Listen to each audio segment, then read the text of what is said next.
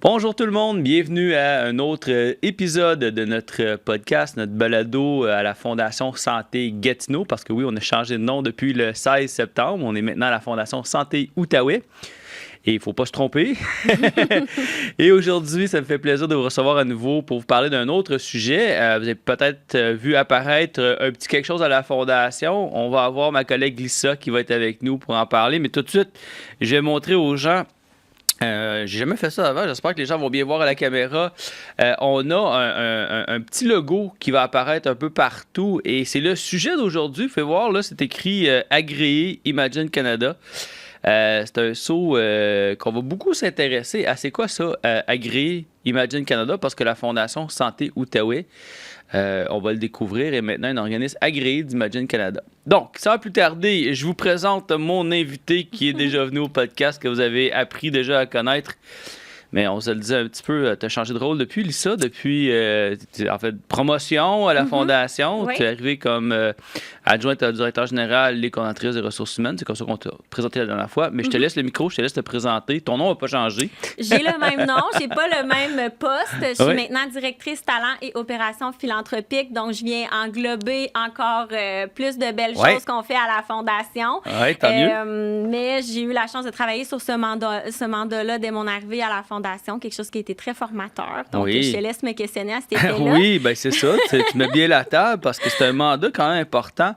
Juste le petit historique, essentiellement, on va découvrir aujourd'hui c'est quoi Imagine Canada, le programme de normes d'Imagine Canada. Oui. Puis tu as absolument raison, c'est un mandat qu'on t'a confié à ton arrivée à la Fondation. Donc, peut-être juste pour expliquer aux gens c'est quoi, on l'explique souvent comme étant comme un ISO, un agrément là, professionnel dans l'industrie de la philanthropie. C'est une des plus importantes organisations au Canada, Imagine Canada, qui a ses bureaux là, à Ottawa, dans la capitale nationale, et qui ont développé un programme de normes très rigoureux, auquel des organismes, c'est libre le choix de le faire, mais ceux qui le font peuvent être normés, peuvent être agréés.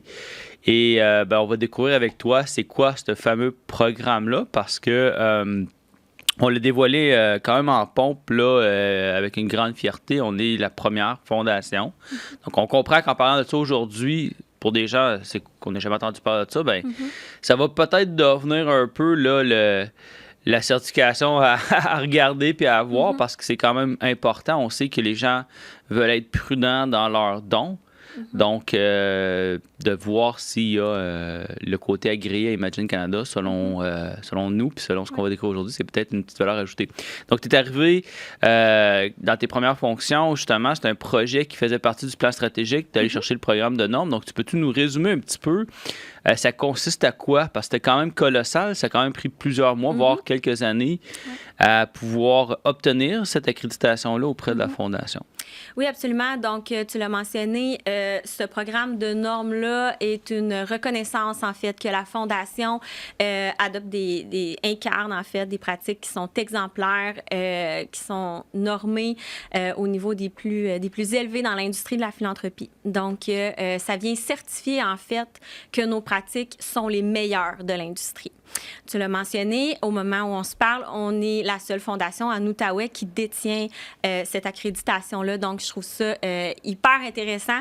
Puis, en fait, oui, ça vient apporter beaucoup pour les donateurs. Oui. Ça vient apporter une certitude que le don va être utilisé de la bonne façon, qui va être investi de la bonne façon. Donc, pour moi, c'est énorme en tant que donatrice. Puis, je pense aussi et parle au nom des donateurs que ça vient apporter un énorme poids au niveau de la notoriété de la Fondation. Puis, en effet, on s'en parle aujourd'hui parce que on veut le mettre de l'avant pour augmenter cette notoriété-là parce qu'on sait qu'on a les meilleures pratiques dans l'industrie. Absolument. Puis c'est la raison. Je me souviens très bien, il y a pratiquement 5 ans passés, quand on avait commencé à parler à la Fondation d'inclure ça dans notre planification stratégique, c'était vraiment pour les donateurs. Puis quand on dit donateur à la Fondation, je pense que c'est important de mentionner qu'il n'y en a pas une dizaine ou une centaine, il y en a des milliers de donateurs qui contribuent à chaque année dans nos projets, dans ce qu'on vise à accomplir, c'est-à-dire de transformer le réseau de la santé.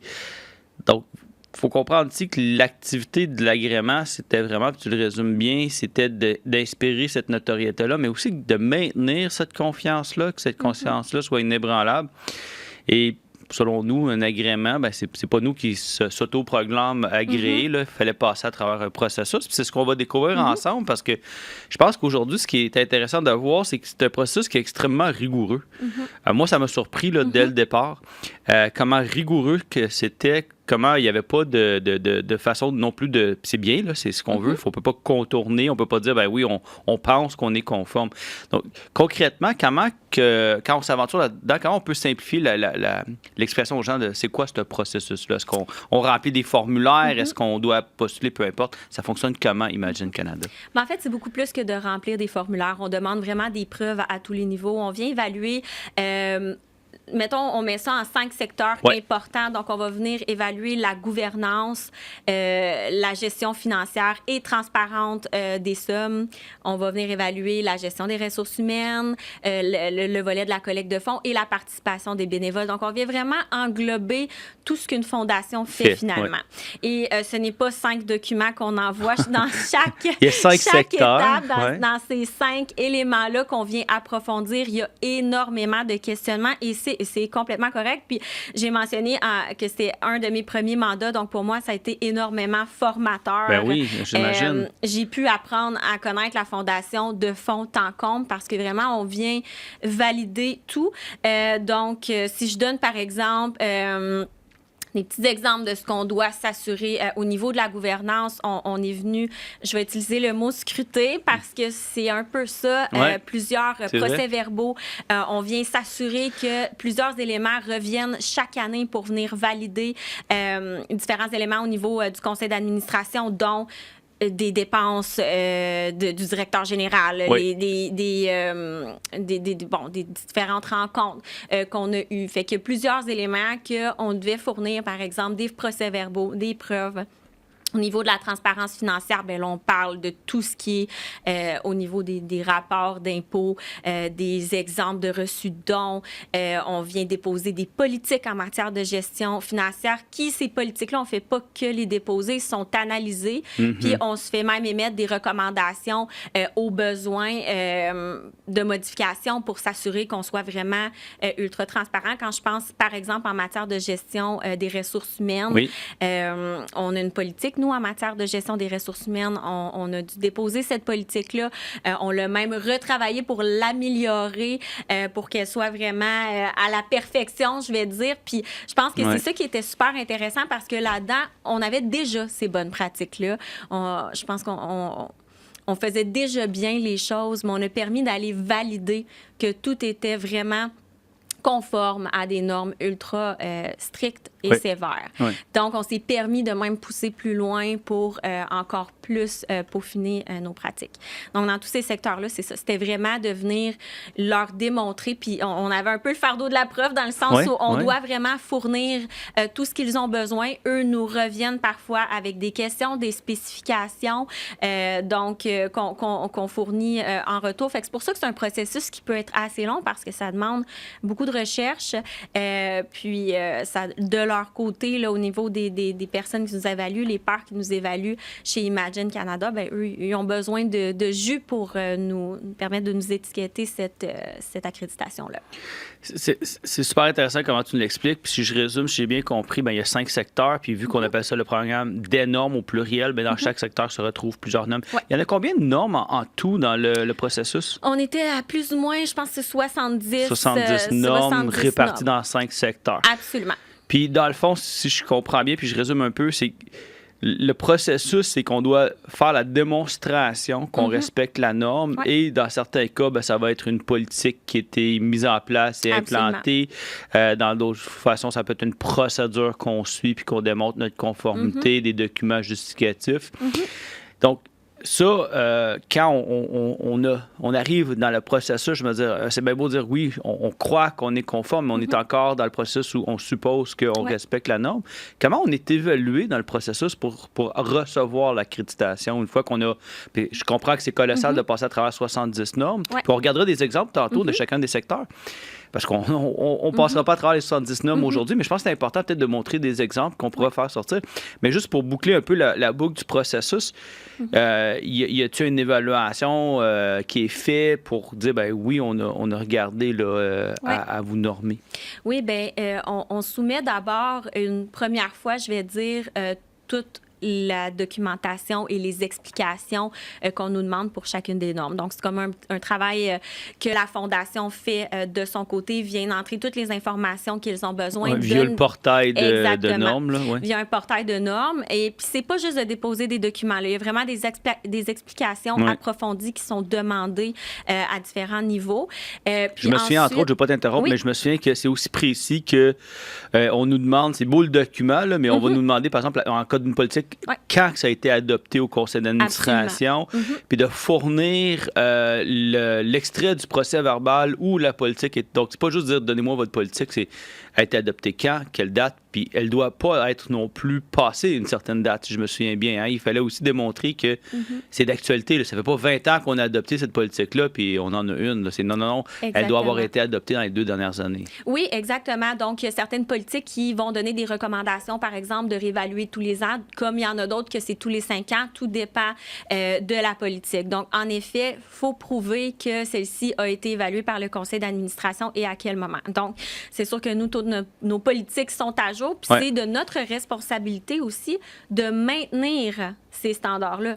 Donc, sachant que les normes nous demandent pour les différentes politiques, je vais prendre cet exemple-là, d'avoir un renouvellement, par exemple, aux 2 ans, aux 3 ans, aux 4 ans, c'est notre responsabilité de poursuivre ces renouvellements-là et de les revoir au conseil d'administration. Et c'est des choses qu'on a des comptes à rendre également à Imagine Canada pour maintenir dans le temps cette accréditation-là. Donc, c'est pas on vous donne l'accréditation puis ensuite, vous pouvez bien faire ce que vous voulez. C'est vraiment pas le cas. On est vraiment ailleurs. Il faut vraiment maintenir cette accréditation-là. Puis c'est ce qui est intéressant parce que ça démontre l'engagement qu'on a dans le temps aussi de garder ces bonnes pratiques-là.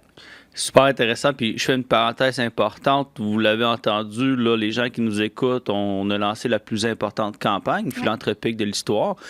Puis je pense que pour la Fondation, c'était aussi très important, plus importante campagne parce qu'on vise quand même pas rien, là. On vise à appuyer le CIS de l'Outaouais pour vraiment aider à transformer notre réseau de la santé, l'améliorer, l'optimiser. Et pour ce faire, on vise à ramasser 50 millions de dollars sur les 10 prochaines années. Donc, pour les donateurs qui nous écoutent aujourd'hui, je crois que c'est vraiment un outil qui nous permet de bien dormir sur nos... L'expression, c'est sur nos 2 oreilles. De bien dormir sur nos 2 oreilles, mais d'avoir la tranquillité d'esprit puis la quiétude que la Fondation a été aussi au-delà de la façon normale. Bon, on le disait tantôt, on est la première fondation qui est normée, mais on voulait aussi qu'il y ait une assurance, que les gens comprennent. Donc, on va regarder des exemples. Justement, on va y aller dans chacun des 5 secteurs. Je me souviens pas de toutes les normes, mais je me souviens quand même de plusieurs que j'ai eu, moi, à collaborer au niveau du directeur général. On va commencer avec la gouvernance, si tu veux bien. Est-ce que tu as des idées qui te viennent en tête au niveau de la gouvernance de normes? Moi, je me souviens d'une norme que j'ai trouvée super intéressante. Puis celle-là, en fait, on n'avait pas vraiment instauré une pratique encadrée. C'était d'avoir un plan de relève, autant pour la présidence du conseil d'administration que pour le poste que j'occupe, que la direction générale. Donc, tu sais, l'image, c'est un petit peu... Quand on a regardé l'annonce, c'est OK, tu sais, mettons, demain matin, j'ai une incapacité de travail, le président doit démissionner, peu importe. Comment on fait pour... Donc, tu peux-tu nous parler un peu d'une norme comme ça? Qu'est-ce que Imagine nous demandait d'avoir pour répondre à cette norme-là? Bien, si on prend l'exemple de la norme que tu nous parles, qui était vraiment d'assurer, on va dire, une intérim ou qu'il y ait un plan d'action dans le cas où la direction générale ou la présidence devait ne plus occuper son poste. C'est quelque chose qui nous a même, j'irais même jusqu'à dire, demander de réviser l'organigramme au complet, justement, pour assurer une pérennité au niveau de la direction de la Fondation. Donc, ça a été très, très, très intéressant de revoir. On a revu comme globalement tout ce volet-là. On s'est posé des grosses questions, en quelque sorte, pour aboutir avec, essentiellement, une politique qui est maintenant été adoptée puis qui est là dans le processus. D'autres exemples que tu sais en gouvernance? Oui, ben en fait, c'est certain qu'il y a plusieurs procès-verbaux qui nous demandaient, dans le fond, de déposer pour démontrer, par exemple, qu'il y avait une analyse financière.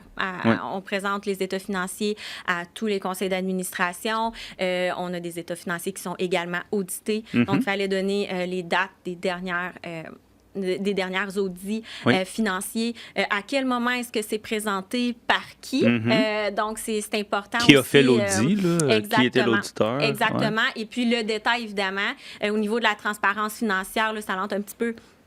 Ça vient faire un petit peu le lien avec les finances, mais aussi de quelle façon est-ce que la Fondation est transparente au niveau de ses états financiers envers les donateurs. Et ça, je vais aller là parce que je l'ai souvent mentionné, puis ça fait partie, parce que, bon, quand on a commencé à faire le processus, on a commencé à implanter cette transparence-là, même avant d'être normé. À titre d'exemple, tu parles de transparence au niveau des chiffres, des résultats. Ben, la Fondation publie sur son site Web. C'est une norme et ça fait partie de ça. Sur notre site Web, on peut retrouver les états financiers audités. Et c'est pas une critique, mais il y a peu d'organisations qui ont cette transparence-là. Je pense que pour les donateurs, nous, on l'a toujours dit, il n'y a aucun secret. Il n'y a aucun secret. On est très fiers de ce qu'on fait, de ce qu'on accomplit et aussi d'avoir la transparence de l'offrir. Donc, c'est ça aussi, Imagine Canada, c'est de montrer les mêmes choses pour les rapports annuels qui sont sur le site. Une autre idée qui me vient en tête au niveau de la transparence que j'avais trouvé vraiment important, pas de la transparence, de la gouvernance, excuse-moi, c'était l'obligation d'avoir un plan stratégique en cours. Exactement. C'est quelque chose qu'on avait déjà à la Fondation, en fait, un plan stratégique, mais c'est quelque chose qui est maintenu aussi dans le temps. Puis évidemment, on doit le déposer puis apporter les détails de ce plan stratégique-là. Il est également révisé au niveau de l'échelonnage, où est-ce qu'on est rendu dans le plan stratégique, qu'est-ce qui est en cours, qu'est-ce qui devrait être en cours, qu'est-ce qui est finalisé. Donc, on a vraiment une façon de fonctionner où on présente au conseil d'administration où on en est et où on devrait en être dans différentes sphères du plan stratégique. Donc, c'est une évaluation complète parce que le plan stratégique en soi est très élaboré au niveau de la planification de la Fondation. Parce que moi, j'ai une petite note personnelle comme DG de la Fondation. Le plan stratégique, c'est mon outil de prédilection, mais ce que j'étais content de voir avec Imagine Canada, c'est que dans la norme, c'était pas uniquement dire dotez-vous d'un plan stratégique, c'est dotez-vous aussi d'une façon d'évaluer l'évolution. Je dois dire évoluer en premier. D'évaluer l'évolution de votre plan dans le temps. Nous, on avait déjà une pratique d'historique. On avait ce qu'on appelle notre tableau de bord qui est déposé à chaque conseil d'administration. Donc, c'était aussi le fun pour nous qu'on avait cette norme-là, puis qu'on fait, sans même peut-être le réaliser avant de faire le processus, qu'on était bien dans nos pratiques courantes, comme tu disais tantôt. Absolument. Au niveau financier, on a parlé de l'idée pas l'idée, mais la norme d'être transparent sur nos responsabilités financières. Il y a d'autres éléments en matière de finances qu'il fallait se doter. Il y en avait plusieurs, évidemment. Il y a plusieurs éléments qui étaient élaborés. Il fallait, entre autres, démontrer, envoyer des exemples, par exemple, de reçus de dons qui étaient remis pour s'assurer qu'ils soient tous conformes. C'en est un exemple. Tout ce qui était rapport financier, évidemment, il fallait les ressortir. Puis comme je le mentionnais, encore une fois, au niveau des audits financiers, d'aller donner les détails au niveau des états financiers, des audits financiers. Donc, c'est vraiment un volet qui était en soi élaboré, que j'ai travaillé en collaboration avec Ghislaine, qui est présentement en congé de maternité. Puis elle a beaucoup qu'on doit chapeauté. aussi lui dire qu'elle a fait un excellent travail. Absolument. Le volet des finances, ça a été en grande partie ce qu'elle a chapeauté. Donc, voilà, ça a été, c'est ça. C'était une analyse complète des résultats, puis de s'assurer justement que les dons sont utilisés de la bonne façon. Puis on l'a mentionné tantôt, Imagine Canada, c'est plus qu'un label. C'est vraiment... Ça démontre, ça reconnaît l'engagement qu'on a envers ces pratiques-là. Fait que pour un donateur, à mes yeux, présentement, si on a un endroit en Outaouais où on peut vraiment faire confiance... C'est la Fondation Santé Outaouais. C'est la Fondation parce qu'on a ce label-là, on a la preuve, on a la reconnaissance par des pairs qui ne sont pas partie intégrante de la Fondation, qui en ont fait une évaluation complète. Ça, je pense que c'est hyper important et rassurant pour nos donateurs. C'est important ce que tu viens de mentionner, c'est des pairs qui nous ont évalués. Donc, Imagine Canada, oui, il y a une équipe qui regarde, s'assure que le travail préliminaire d'analyse est fait. Mais lorsque ça vient le temps de vraiment donner le saut, parce que c'est quand même là l'importance, c'est un comité de pairs indépendant qui viennent vraiment évaluer le processus, qui disent oui, il devrait être normé. Puis c'est pas donné. Il y en a qui ont tenté de l'obtenir puis qui l'ont pas eu, il faut le mentionner. Ouais. Quand on parlait de chiffres, justement, puis de transparence, une autre belle chose, c'est la traçabilité, là, que quand le don est donné est dédié, en fait, pour un projet en particulier ou une action en particulier, on nous demande de respecter, naturellement, c'est une bonne pratique, mais on est venu un peu dans les normes, nous demander de quelle façon qu'on le fait. Puis à la Fondation, mais c'est une politique d'affectation des dons. Puis on parlait des finances, mais oui, Justin en a participé. Caleb, le contrôleur financier aussi, c'est exemplaire de voir nos pratiques. Puis on les nomme, là, c'est des membres de notre équipe avec qui on travaille tous les jours. Mais de savoir qu'on a... C'est pas aléatoire, là, c'est pas Caleb se lève le matin puis pense que c'est la bonne chose. On a vraiment des bonnes pratiques exemplaires qui sont en place. On s'en va maintenant dans ton secteur de prédilection. Ressources humaines. Oui. Ressources humaines, c'est ton secteur que tu chapeautes beaucoup aussi avec ton mandat actuel encore. On a changé, mais on appelle ça maintenant gestion de talent à la Fondation. Qu'est-ce que ça veut dire, les normes en matière de ressources humaines? Bien, en fait, on vient s'assurer que la politique en matière de gestion des ressources humaines est impeccable. Donc, c'est ce qu'on a fait aussi du point de vue de la Fondation. On avait déjà une politique au niveau des conditions de travail, puis on a élaboré une politique en matière de gestion des ressources humaines complète pour venir complémenter puis englober le tout. Politique qui a été minutieusement évaluée par Imagine Canada.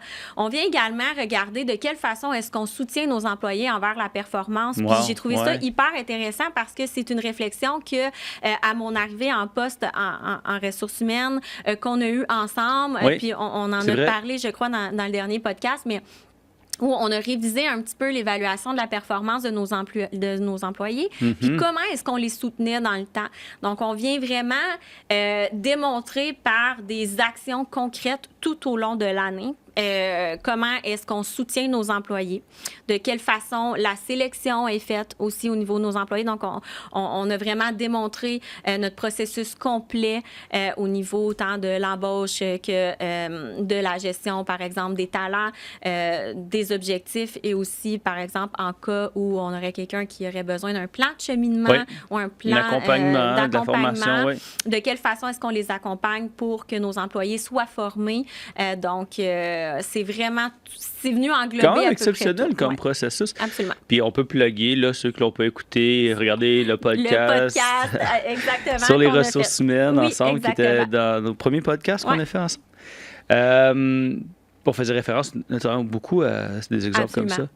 On parlait de transparence. Bien, je pense que la transparence se retrouve beaucoup, mais une des idées que je peux te laisser un peu élaborer dessus, moi, que j'ai trouvé pas mal intéressante, c'est toute la gestion des plaintes. D'être transparent dans cette gestion de plaintes-là, puis ça nous a fait réfléchir beaucoup. Il y avait aussi des politiques en matière de diversité, d'inclusion, qui sont aussi très d'actualité dans les façons de faire. Peux-tu nous parler un petit peu de ces deux volets-là? Oui, exactement. Donc, on en parle... L'équité, l'inclusion, présentement, c'est un élément primordial au niveau des ressources humaines. Puis, on nous a demandé d'élaborer justement une politique, bien qu'on la suivait beaucoup au niveau de la Fondation. On est hyper diversifié à la Fondation, hyper inclusif. Puis, je pense que c'est ce qui fait la richesse de notre organisme. Équipe, absolument. De notre équipe, c'est ce qui la rend aussi extraordinaire. On n'avait pas de politique en tant que telle qui venait définir comment est-ce que on était inclusif, puis qu'on gérait dans le fond nos ressources humaines de manière équitable. Donc, entre autres, ça a été un élément qu'on a pu venir améliorer de notre côté.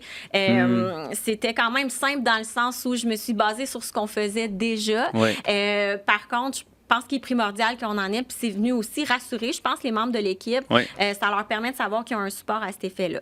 De même côté, au niveau de la gestion des plaintes, de s'assurer que au niveau des plaintes, ce soit transparent, que c'est transmis également au conseil d'administration, que lorsqu'on a une plainte, c'est pris au sérieux, qu'on a vraiment... Un processus formel et informel, Processus formel et informel de faire, et aussi de traiter cette plainte-là. Donc... Ça a été hyper intéressant de voir qu'on allait jusque-là. Je pense que c'est important aussi de le souligner, puis ça démontre encore plus l'engagement de la Fondation pour être dans les plus hauts standards, finalement. Ce que je trouve important, c'est que, moi, ça fait 9 ans que je suis à la Fondation. J'ai célébré mon 9e anniversaire il n'y a pas longtemps. Et C'est sûr que, tu sais, on se connaît bien, on travaille, on a une belle philosophie et on a cette façon-là d'amener, mais j'aime le fait qu'il y ait une pérennité, parce que si un jour, on se souhaite pas de malheur personne, mais que les circonstances arrivent qu'on n'est plus à l'emploi de la fondation ou qu'on a des nouveaux défis professionnels, bien, il y a une pérennité, tu sais, ça tombe pas parce que c'était l'école de pensée de Lisa ou c'était l'école de pensée de Jean d'avoir cette vision-là. Non, c'est des valeurs qui sont propres à l'organisation. Et c'est ça, je trouve, qui sont importants dans un projet comme ça, où on est normé. Et pour je reviens aux donateurs qui nous écoutent, ben c'est extrêmement sécurisant de savoir que ça ne tient pas uniquement, puis c'est pas pour nous banaliser, mais ça ne tient pas à la vision d'une personne. C'est vraiment des valeurs qui sont propres. Donc, aussi, tous les gens qui entrent dans notre organisation, qui veulent participer à notre organisation, on est capable de dire, regardez, ça, c'est nos valeurs, ça, c'est nos processus, ça, c'est nos méthodes de travail. Et il faut être en accord avec ces méthodes-là, naturellement. Je pense que c'est important aussi de mentionner que tous les employés qui entrent à la Fondation et nos membres du conseil d'administration ont accès à cette information-là aussi.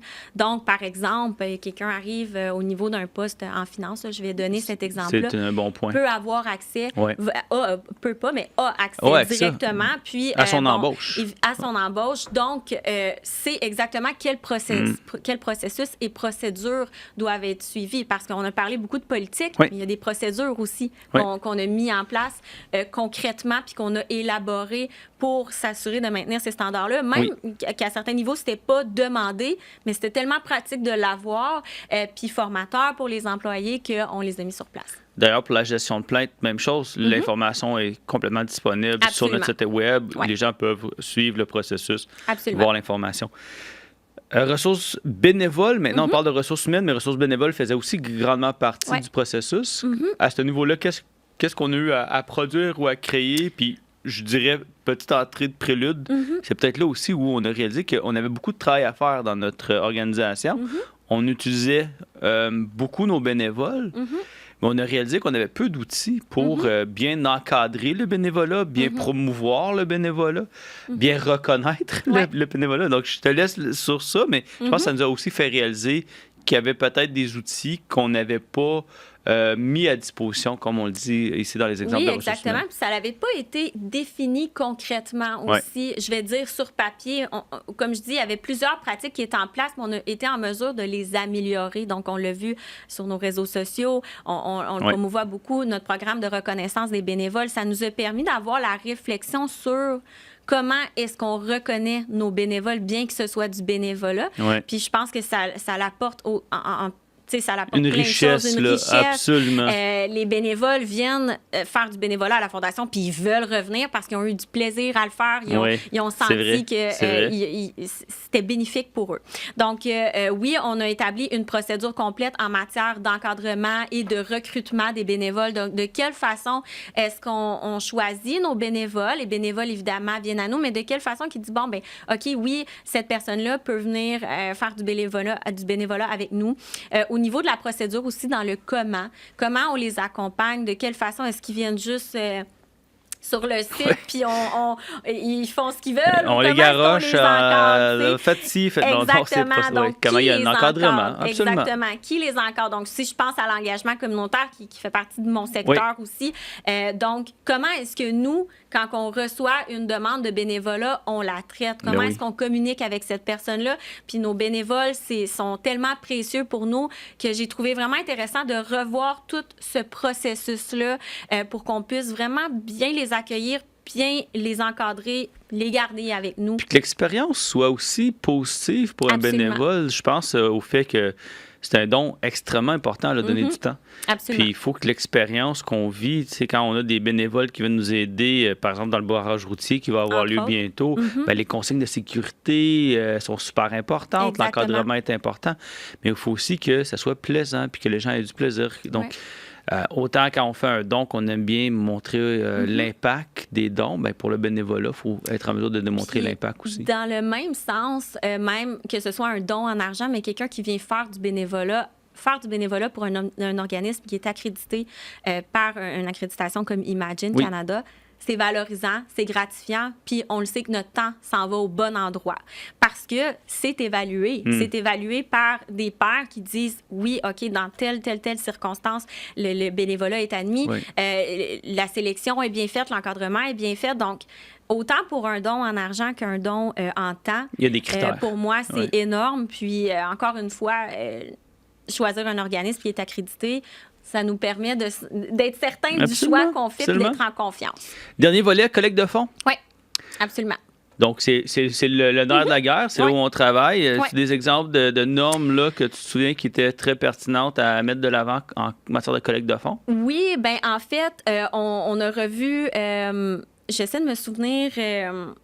au niveau de la collecte de fonds, on avait comme tout le processus en fait en matière de gestion des dons. Oui. Donc, au niveau du pourcentage qui est utilisé pour les dépenses versus le don qui est reçu. Oui. On le sait, on l'a mentionné dans différents podcasts. Absolument. C'est très important pour la Fondation. Le retour de l'investissement, ce qui est là. Le retour de l'investissement. Puis je pense que ça, on l'a dit, c'est le nerf de la guerre. Puis pour un donateur qui m'écoute présentement, je pense que c'est important pour lui de dire, le don que j'ai fait, je veux que le maximum de mon don aille à la cause. Exactement. Et c'est ce que le processus d'élaboration en matière de collecte de fonds a servi.